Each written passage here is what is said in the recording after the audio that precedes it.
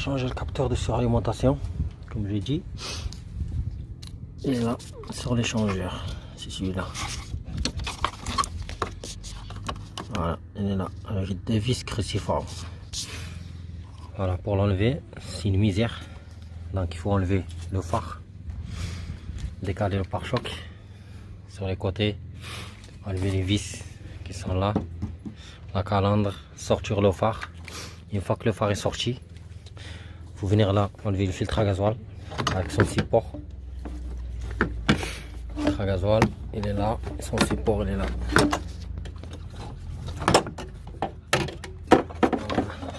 C'est le support du filtre à gasoil, ça.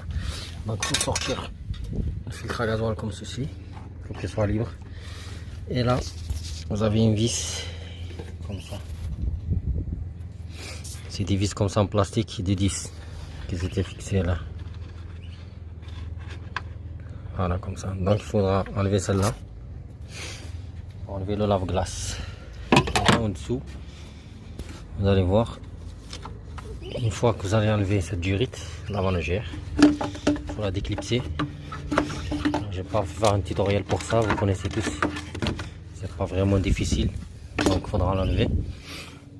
Une fois l'enlevé, on débranche la prise du lave-glace, bien sûr. On débranche le lave-phare, le tuyau. Et là, en bas, on voit la même vis qui était là. Elle est là. Donc il faudra l'enlever avec une rallonge de 10. Et là, elle sort. Merde, comme ça. Voilà. C'est deux comme ça. Voilà, notre lave-glace commence à bouger. On va essayer de sortir. Donc il faudra sortir le lave-glace. Bon, voilà, j'ai sorti le putain de lave-glace. Voilà. Le bocal, il est énorme. Donc je ne l'ai pas complètement sorti dehors. Parce qu'il y a une durite. Si je la débranche, je vais tout vider. Donc je l'ai bloqué juste comme ça. C'est cette durite là.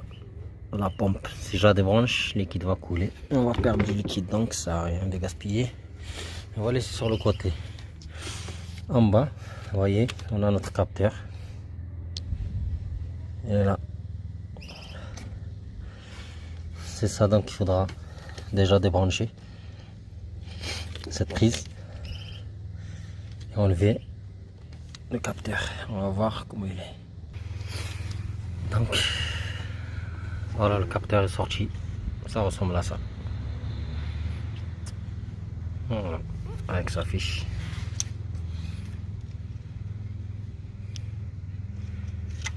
Donc on va changer ça. On va voir ce que ça donne. Donc il faudra nettoyer bien sûr l'emplacement. Parce que là elle était comme ça. Voilà. Il faudra bien nettoyer, souffler avec une soufflette. Changer ce capteur, on verra la suite. Donc voilà, au remontage, faites la même chose au sens inverse. Vous remettez votre capteur, branchez sa fiche, remettez votre lave-glace bien comme il faut dedans, parce qu'il rentre dedans vers l'aile. Les fixer avec les deux écrous en plastique de 10, comme ça. Une fois le lave-glace est fixé, n'oubliez pas de brancher ça, et brancher derrière aussi, brancher le tuyau du lave-phare et la brancher la prise. Une fois que ça est fait et bien branché, donc ce qu'il faut faire, attaquer le filtre à gasoil. Donc avec son support là-bas, avec son support, hop, le mettre en place avec deux vis de 10 qui tiennent sur l'aile. C'est des vis qui tiennent sur l'aile. Après vous rentrez votre filtre à gasoil, vous le vissez et il se visse en fait pour le serrer. Et là à la fin, vous prenez votre durite d'échangeur, vous la mettez sur place sur la managère.